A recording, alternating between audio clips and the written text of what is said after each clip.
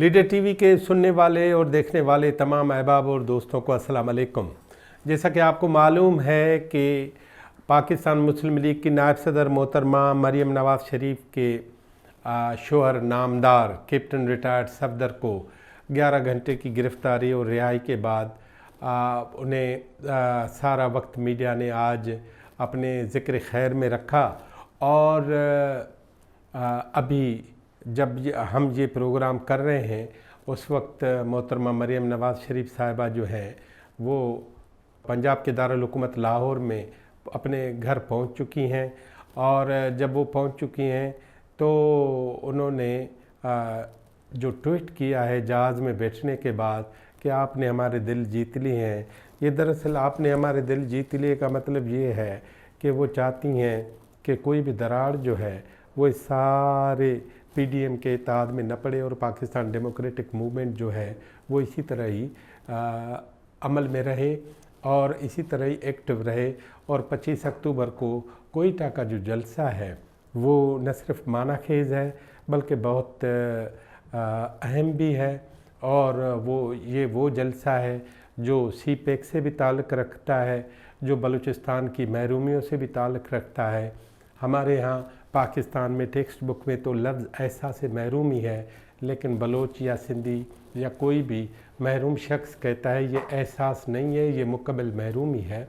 तो उस महरूमी का ये जलसा जो है वो 25 तारीख को हुआ चाहता है। और 25 अक्टूबर से पहले क्या क्या होना है ये तो हमें मालूम नहीं है, लेकिन मैं चाहता हूँ कि अपने सुनने वालों को, देखने वालों को मैं ज़रूर बताऊँ कि सिंध के लोग क्या सोच रहे हैं और मुख्तलिफ़ कौमियतों के मुख्तलिफ़ लोग क्या सोच रहे हैं। सबसे पहले मैं आपको ये बताऊं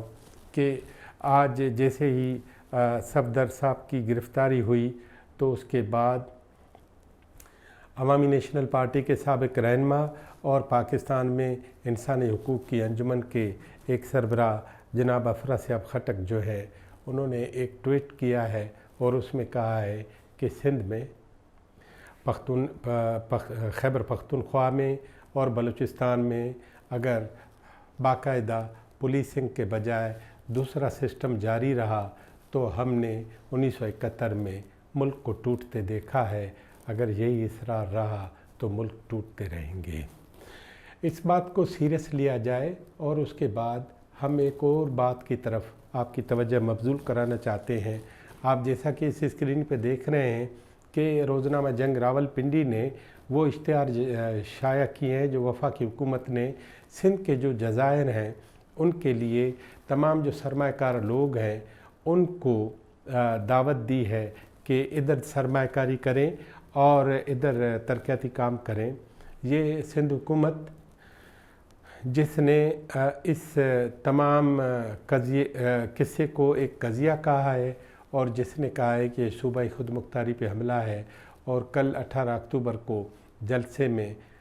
बिलावल भुट्टो ज़रदारी ने ख़ास तौर पर वाशगाफ अल्फाज में कह दिया कि सिंध किसी के बाप की जागीर नहीं है, सिंध किसी के बाप की जागीर नहीं है और न हम इन जज़ायर पे कब्ज़ा करने नहीं देंगे। और उन्होंने तमाम सेनेटर्स को कहा कि वो इस तरह की करारदादें सेनेट में पेश करें और सिंध असम्बली जो परसों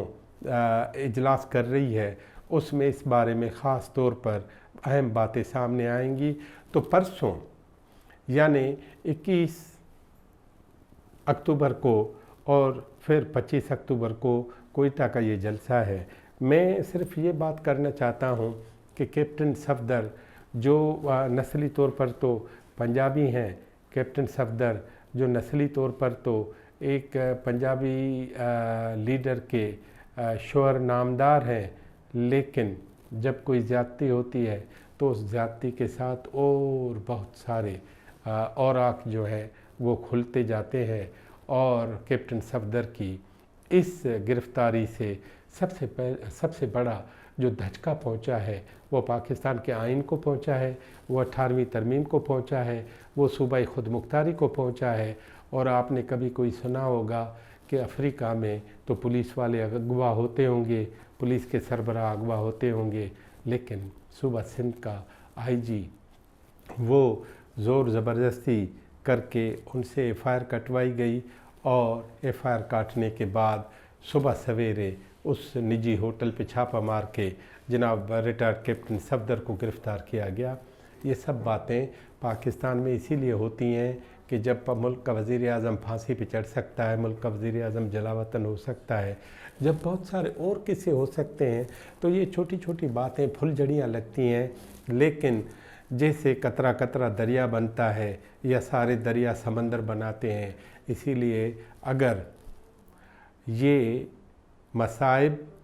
اور مصائب کی یہ کڑیاں اور مصائب کے یہ قطرے اس طرح صوبوں کے اندر بڑھتے گئے اور اسی طرح حالات رہے اور مہنگائی نے اس سارے معاملے کو اور خراب کر دیا، تو پاکستان کی حکومت کا تلپٹ ہونا یا اس کا ناکارہ ہونا یہ کوئی بڑی بات تو نہیں ہے، لیکن سب سے بڑا نقصان جو ہے وہ پاکستان کے سماجیات کو ہوگا اور پاکستان میں رہنے والے لوگوں کو ہوگا۔ اسی لیے ضروری ہے کہ ہم اس بات کا اعادہ کریں، ہم اس بات کا ارادہ کریں کہ آئین پاکستان کی محض حفاظت نہیں کرنی، وہ تو 260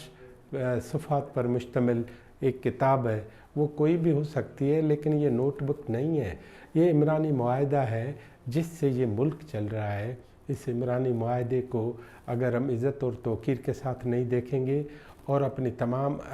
جو اعمال ہیں اور عملی ترکیبیں ہیں ان ترکیبات کو ہم زیر آئین نہیں رکھیں گے، تو ہمارے سامنے جیسے مریم نواز نے کہا تھا ریاست کے اوپر ایک ریاست چڑھی ہوئی ہے، یا افراسیاب خٹک نے کہا تھا کہ اگر سندھ میں پولیس کی جگہ رینجرز، بلوچستان میں لیویز اور خیبر پختونخوا میں فرنٹیئر کانسٹیبلری اور وزیرستان میں پولیسنگ کی جگہ ہم نے ایک نیام میں 2 تلواریں جو ہیں وہ داخل کرنے کی کوشش کی ہے، تو ہم نے دیکھا ہے کہ 1971 میں ملک ٹوٹا تھا۔ آئیں پاکستان کو بچانے کے لیے پھر سے تھوڑا پیچھے ہٹیں، حکمران طبقات، پاکستان کی اسٹیبلشمنٹ، وہ جو بھی درست سمجھتی ہے ان کی درستگی کا ایک حصہ یہ ہونا چاہیے کہ ہمارے ہاں اور ہم سے جو غلطیاں ہو رہی ہیں ان غلطیوں کا ادراک بھی کریں، ان غلطیوں کو سنجیدگی سے لیں اور ان غلطیوں کی جگہ اچھائیاں آگے لے آئیں۔ چائنا میں کہتے ہیں، چین میں کہتے ہیں، ایک کہاوت ہے کہ روز ایک برائی جو ہے وہ اپنے جسم سے خارج کرو، ایک اچھائی اپنے جسم میں داخل کرو۔ کیا اچھا ہوگا اگر ہم پاکستان میں روز ایک برائی باہر کریں اور ایک اچھائی اپنے اندر سموئیں، تو پاکستان صرف اچھا ہی رہے گا۔ اس پاکستان کو اچھا رہنا چاہیے، اس کے آئین کو اچھا رہنا چاہیے، اس کے اداروں کو اچھا رہنا چاہیے، اس کے لوگوں کو اچھا رہنا چاہیے، اور لوگوں میں باہم مشورے بھی ہونے چاہیے۔ یہ کسی بھی شہباز گل اور کسی بھی شہزاد اکبر سے اوپر کی بات ہے۔ اس اوپر کی بات کو اوپر کی سطح پر دیکھا جائے، یہ نچلی سطح پہ دیکھا جائے گا تو پھر سے نقصانات ہوں گے۔ کسی اور پروگرام میں پھر ملیں گے۔ آپ کی بڑی مہربانی۔